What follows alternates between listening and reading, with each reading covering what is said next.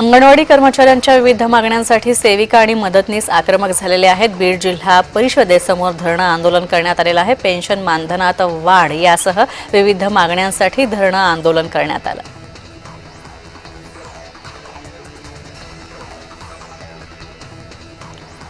गणेश चतुर्थीच्या पार्श्वभूमीवर मूर्ती शाळांमध्ये सध्या गणेश मूर्ती तयार करण्याची लगबग आता आणखीनच वाढलेली आहे। मूर्ती घडवण्याचं हे काम केवळ व्यवसायाचं नाही तर श्रद्धेचं आणि परंपरेचं सुद्धा आहे। याच भावनेने कलाकार दिवस रात्र मेहनत करतात।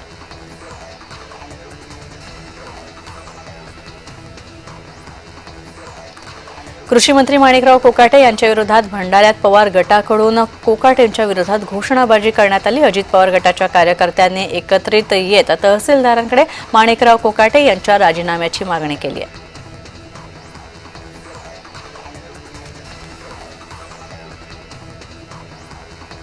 चाकण औद्योगिक क्षेत्रातील वाहतूक कोंडीमुळे नागरिकांसह व्यावसायिकांना अडचणींचा सामना करावा लागणार आहे। या पार्श्वभूमीवर खेडचे आमदार बाबाजी काळे आणि पुणे महानगर प्रदेश विकास प्राधिकरणाचे आयुक्त डॉक्टर योगेश म्हस्के यांनी या संदर्भात पडताळणी केली आणि आवश्यक त्या उपाययोजना करण्याचे निर्देश सर्व शासकीय यंत्रणांना दिले आहेत।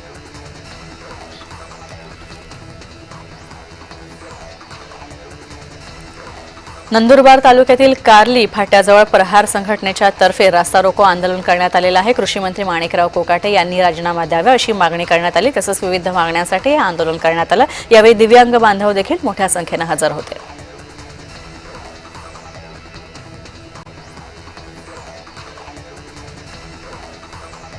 बुलढाण्यात सुद्धा शेतकऱ्यांच्या मागण्यांसाठी चक्का जाम आंदोलन करण्यात आलेलं आहे। तसंच बच्चू कडूंनी पुकारलेल्या आंदोलनासाठी शेतकरी देखील रस्त्यावर उतरले होते।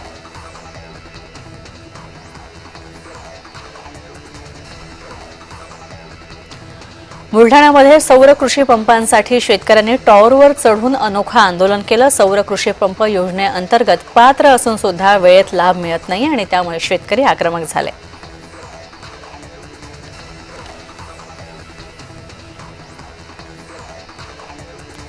लोणार तालुक्यामध्ये भुमराळा इथं शेकडो विद्यार्थ्यांवर चिखलातून प्रवास करण्याची वेळ आलेली आहे। पावसामुळे रस्त्यावर चिखल असल्याचं चित्र आहे, तर चिखलातून विद्यार्थ्यांना वाट काढावी लागते आणि यामुळे हा रस्ता लवकरात लवकर दुरुस्त करावा अशी मागणी विद्यार्थ्यांसह ग्रामस्थांनी केली आहे।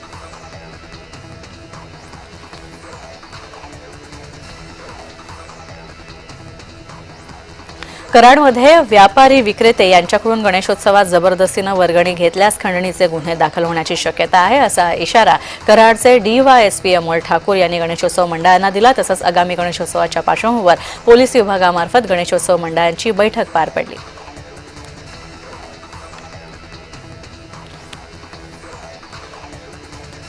कर्जमाफीच्या प्रमुख मागणीसाठी गोंदियामध्ये प्रहारच्या कार्यकर्त्यांनी आंदोलन केलं। तिरोडा तुमसर राष्ट्रीय महामार्गावर रास्ता रोको आंदोलन करण्यात आलेलं आहे। काही काळासाठी वाहतूक सुद्धा विस्कळीत झाली होती।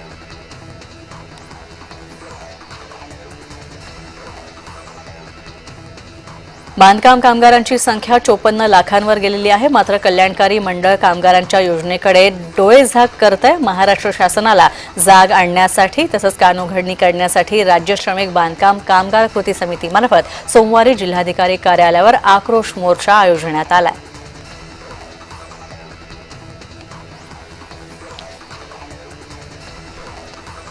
गोंदिया जिल्ह्यामध्ये कृषी विभागामध्ये ॲक्शन मोडवर आला असून आता गोंदिया जिल्ह्यामध्ये खरीप हंगामाच्या पार्श्वभूमीवर बोगस बी बियाणं खतं विक्रीस आळा घालण्यासाठी कृषी विभागानं 9 भरारी पथकं तैनात केली आहेत।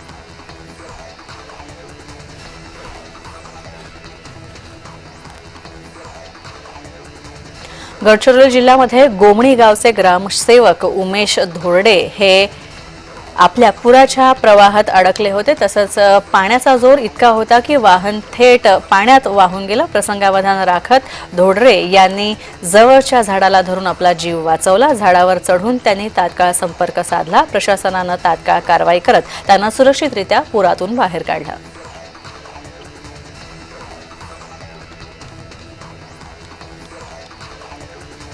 भाजप आमदार गोपीचंद पडळकरांनी ख्रिश्चन धर्मगुरूंविषयी केलेल्या बेताल वक्तव्याच्या निषेधार्थ धुळे साक्री शहरामध्ये ख्रिश्चन बांधवांच्या वतीनं महामूक मोर्चा काढण्यात आला। यावेळी 4,000हून अधिक ख्रिश्चन बांधव सहभागी झाले होते। पडळकर यांच्यावर गुन्हा दाखल करून त्यांची आमदारकी रद्द करावी अशी मागणी ख्रिस्ती समाजाच्या वतीनं करण्यात आली आहे।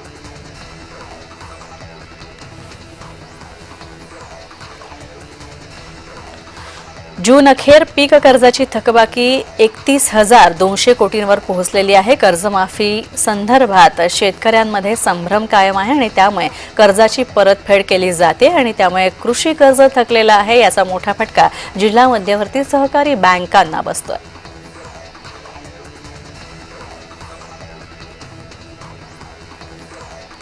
येवला शहरामध्ये संत नामदेव महाराज संजीवन सोहळ्यानिमित्त भव्य पालखी मिरवणूक काढण्यात आली होती। संत नामदेव महाराज विठ्ठल रुक्मिणीचा सजीव देखावे या मिरवणुकीचे मुख्य आकर्षण बिंदू ठरले। हजारो भाविकांनी पालखी मिरवणुकीमध्ये सहभाग घेतला।